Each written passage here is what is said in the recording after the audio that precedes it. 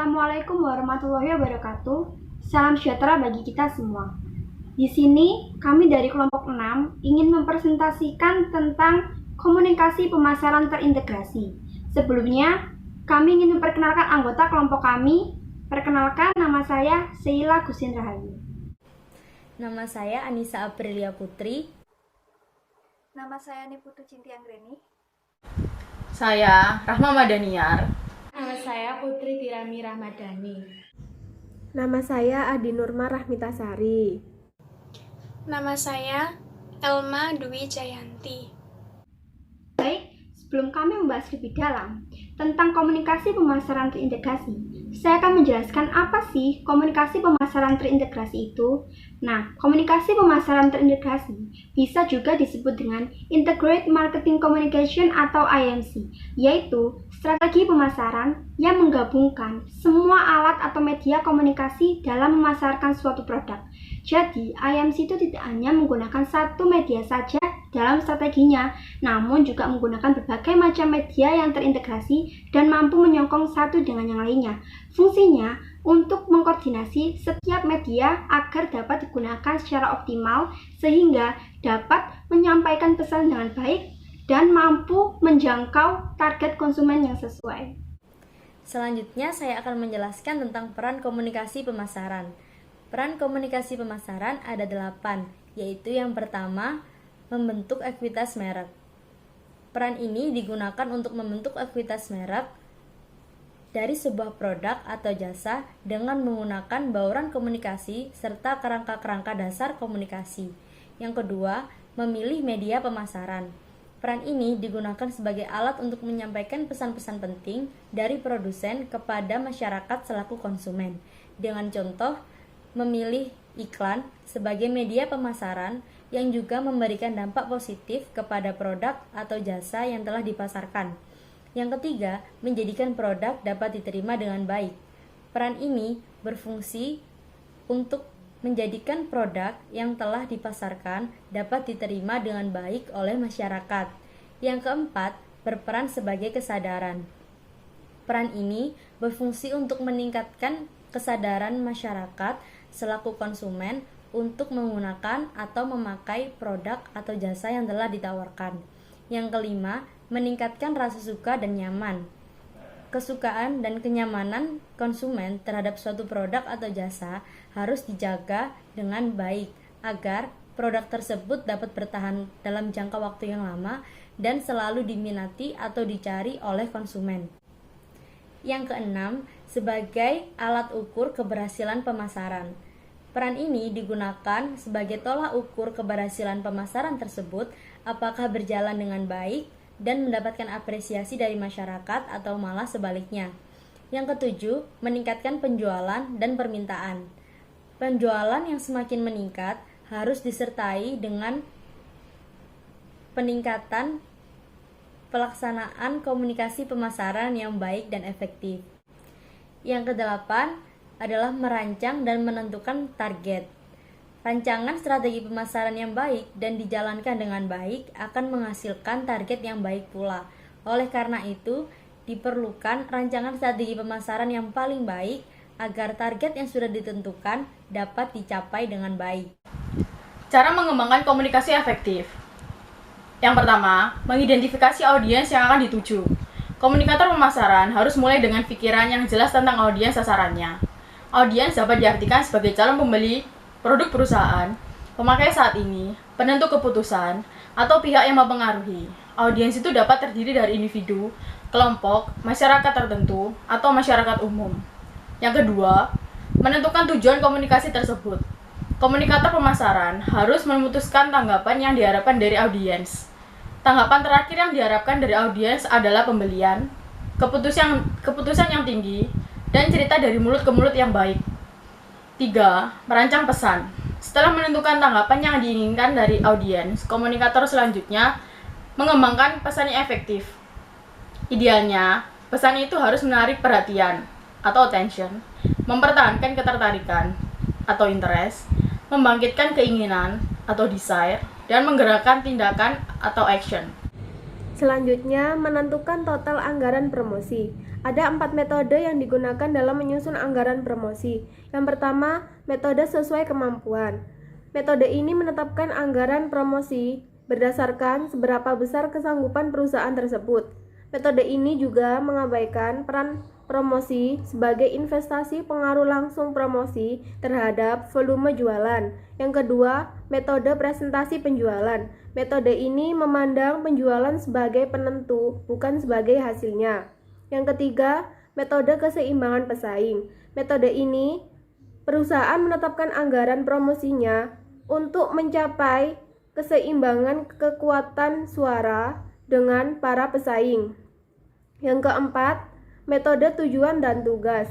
Metode ini meminta pasar untuk mengembangkan peran promosi dengan mendefinisikan tujuan yang jelas, menentukan tugas-tugas yang harus dilaksanakan untuk mencapai tujuan dan memperkirakan biaya-biaya untuk melaksanakan tugas-tugas tersebut. Selanjutnya, memilih saluran komunikasi. Ada 2 saluran komunikasi. Yang pertama, saluran komunikasi personal, yaitu mencakup 2 orang atau lebih yang berkomunikasi secara langsung satu sama yang lain. Yang kedua, saluran komunikasi non-personal, yaitu menyampaikan pesan tanpa melakukan kontak atau interaksi pribadi, tetapi dilakukan melalui media, atmosfer, dan acara. Selanjutnya, yang keenam, membuat keputusan atas bauran promosi atau marketing mix. Di sini, bauran komunikasi pemasaran terdiri atas 5 komunikasi utama, yaitu iklan, promosi penjualan, hubungan masyarakat dan pemberitaan, penjualan pribadi, serta pemasaran langsung dan interaktif. Yang ketujuh, mengukur hasil promosi. Hal ini mencakup menanyakan audiens sasaran apakah mereka mengenali atau mengingat pesan yang telah disampaikan beberapa kali mereka melihatnya, dan bagaimana perasaan mereka tentang pesan tersebut dan sikap mereka baik sekarang atau sebelumnya tentang produk dan perusahaan itu. Yang terakhir, yang kedelapan, mengelola dan mengkoordinasikan proses komunikasi pemasaran terintegrasi. Praktik ini terus berlangsung meski sering terjadi desintegrasi dari pasar massal ke banyak pasar kecil.